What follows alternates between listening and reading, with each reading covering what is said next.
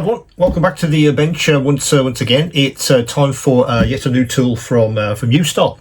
Now this time I want to talk to you about how you hold figures, or at least initially. The tool I want to show you today is kind of aimed at that kind of marketplace. So if you hold a lot of figures which you need to paint, this tool could be just for you. Now what I'm talking about is this guy. And they call it the painting handle, which gives you an indication of exactly what it is. Let me just show you the back and all of the usual bits and pieces. Again, it comes in Ustar's trademark packaging. Very happy with that. Again, very robust, so it'll get to you mint condition, no problems at all. This one's been interesting because it's moved me away from I guess traditional handles, which many of us use for painting miniatures or any kind of figures. I do a lot of 1/35 scale figures for dioramas, etc.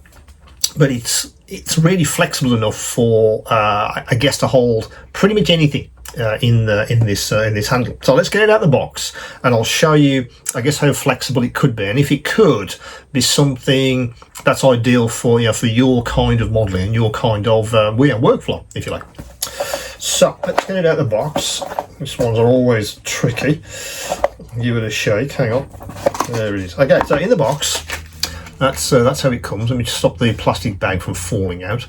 As you can see, it's again in Ustar's traditional colour scheme, and also it's full alloy again. This isn't plastic. So let's get the baggie out and the device itself, and then we'll have a look at it in a bit more detail. So let me show you that. So that's the handle itself. So they call it a painting handle because they've given you something to basically grip while you're trying to paint your figure, or initially, but of course it is equally useful for any kind of part which you're trying to either paint or even manipulate in some way. So it's again fully metal construction. This is some kind of alloy again, which has become a sort of traditional, I guess, Ustar, and also good old display. But in the hand, it's very nice. Again, it has a weight which I really like, great for the ergonomics. But let's talk about that in a second. I've gripped it because your hand sort of naturally goes to the grip area. That's how you sort of grip it. I mean, I'm obviously right-handed, but it can equally be for you lefties. So the idea is it gives you a chuck which is adjustable, completely, very, very adjustable indeed, in a handle, which you can then use for manipulating the part or painting the figure which you're going after. It's a bit different than holding something like that, isn't it? Which is the traditional way, I guess, of holding a figure. This gives you a sort of better grip because you're actually gripping something in your hand, and again, because it's the thought about the ergonomics, it feels very, very nice in the hand, very comfortable indeed. Now, the adjustment, as I said, there's several knobs on this thing. There's one here, and one in the middle, and it gives you that adjustment. Now, that's in its completely upright position. If I just undo some of these knobs, just so you can see how you can manipulate this, so you can move that to any angle you want. So if you need to hold something like that, and you want to hold it at that angle, you can absolutely do that. And this moves right, literally through 90 degrees, if that's what you actually need. But if you need something to be like that when you're going in to make an adjustment or to paint something, it gives you that adjustment. And of course, you can tighten that up, tighten this up as well, so it doesn't move around once you've locked that in place. And the locking mechanisms are superb. Now, as you can see on the top, it's got pretty much a traditional voice setup. That's what it is. It's a mini voice which they put into a handle, but then they've also said, okay, let's adjust the angle of the mini voice itself. So this knob here, not surprisingly, if I get the way around, undoes the actual voice itself, as you can see. Yeah. Now in the box as well, you get an Allen key, which fits all of this. So if you do want to lock everything in place, or this has become tight or loose, the Allen key allows you to fix that. But in the box, you also get You may be all familiar with these. You know, these are these metal rods which fit into the vise. You can use them just like that if you want to, or you can all put these plastic, these rubber heads on them, just to stop the part from getting damaged. So in use, it's like that. So again, if I put that in profile, you can imagine you're doing that, and you're going to go into to paint something or to make an adjustment. I've done this to take a material off with a knife, because I wanted to be able to hold the part in my hand and not on a desk vise. Yeah, you can imagine that's how a sort of desk vise would be orientated, but this gives you that flexibility in your hand. It's kind of a desk vise for your hand. That's what it is. I really like that, because it gives me a couple of different options. Indeed, I'll link to a further video. There's actually an accessory which you can get for this, which in effect turns it into a desk vise, or a bench vise, if you like. That's in the description below. Together, they're very, very useful, but you might want to check that out, just so you can turn this into a desk vise if you need it, for the ultimate in flexibility.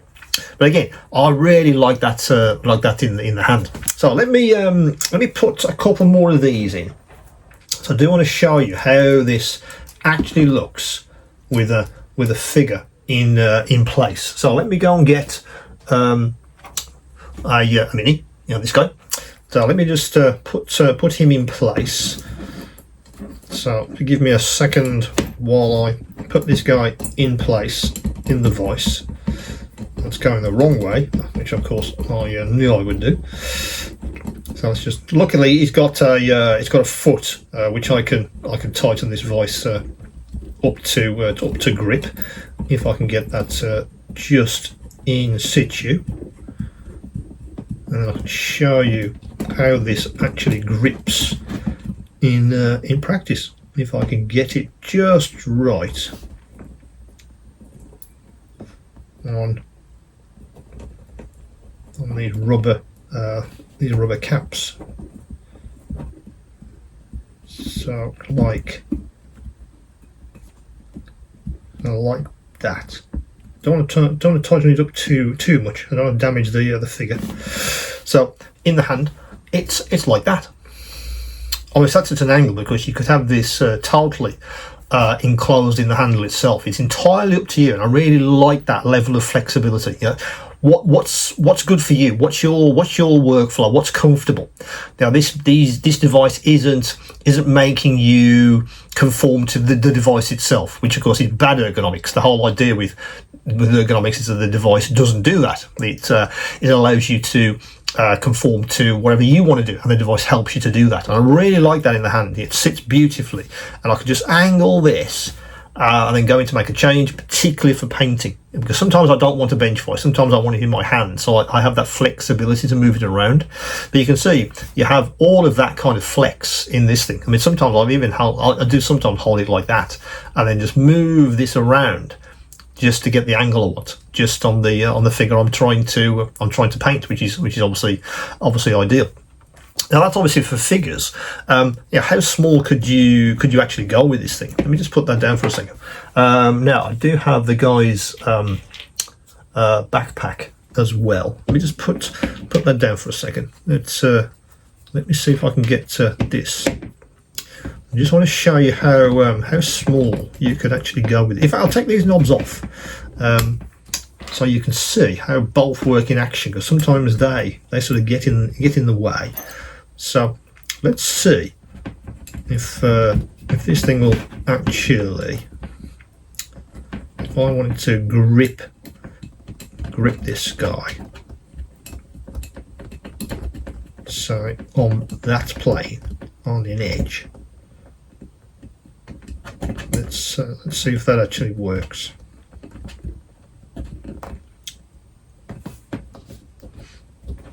So let's do that like that.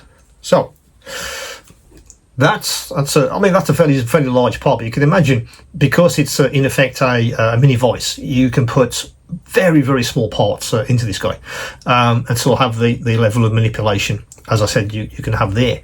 That's how you could use it. Of course, you don't need to use these posts. You could just use the vise itself. If you have a larger part, you may want to use it at that angle, and then this rotates which is beautifully done and very, very smooth. And of course, when I get to an edge, I can do that. And then at the bottom, once I'm happy to say, okay, I need to paint that particular side of the guy's armor, I can lock that in place with this knob, and it doesn't move around, which is brilliant. Undo it.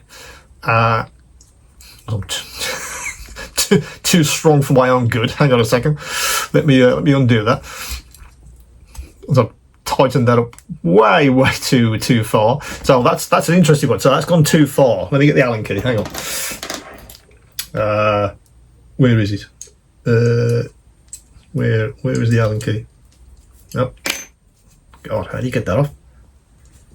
There it is. There it is.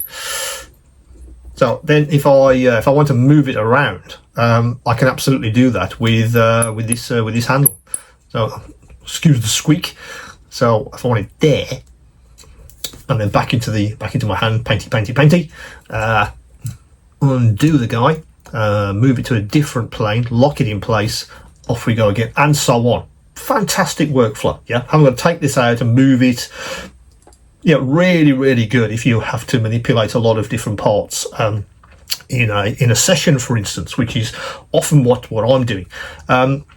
Really like the flexibility of that. And of course, as I said, you can take this guy out, of course, take these out and just literally use the vice as it is. But again, it gives you that flexibility. If you want to, if you need to put something into this guy, let me just undo it so you can see how that looks in practice. It gives you that, in the hand, it feels really nice. It's great. It's the way they put this serrated edge on. Yeah, it's very nice. And the ergonomics are superb with this thing. So it could elevate, I guess, the accuracy which you can get. And again, they've thought about that, just the right size. Yeah, my hands are quite small, but in the hand, I don't think it's going to be too small for you. If you have really very large hands, for instance, you're not trying to fiddle with something which is really small, because it's quite robust. They could have made this much thinner, but they thought about that. I feel it's just the right size, just the right diameter in the hand. Yes, perfect piece of kit. So that is the painting handle from Ustar. As I said, have a look at the description in the bottom of this video. You might want to have a look at the base. I say that because let me just put that down on the bench so you can actually see it there. So it will stand up, but obviously it is a bit wobbly. Yeah, I wouldn't want to put my a nearly finished miniature or something in there, because you know what it's like. You bang your bench, it's going to fall over. So what Ustar have thought about is there's a base which fits in the bottom of this guy, so you can slot it in and stop the wobble. So have a look at that video if you feel that could be an ideal for you. So you have the base somewhere and then slot that in when you maybe need to do something with your wet palette, or you need to go away and find something that you've missed, but obviously you don't want to put this down like that, or you don't want to risk the wobble. Yeah, so there is a base for that. So do have a look at that if you feel it is for you. So that's the painting handle from Ustar. Very nice piece of kit, I must admit. The materials, the weight, the flexibility is fantastic. Really is. It could revolutionise how you actually approach particularly miniature painters. I think that's what it's aimed at, I believe, but hasn't got to be just for that. Don't think it's just for miniatures or just for figures. Really, any part that you want to hold like that, and you want to be sure that it's locked in place, but you don't want a bench vice. Yeah, that flexibility in your hand could be ideal for your particular workflow. So have a think about that. As always, any questions, any queries, do come back to me, and of course, keep on modelling.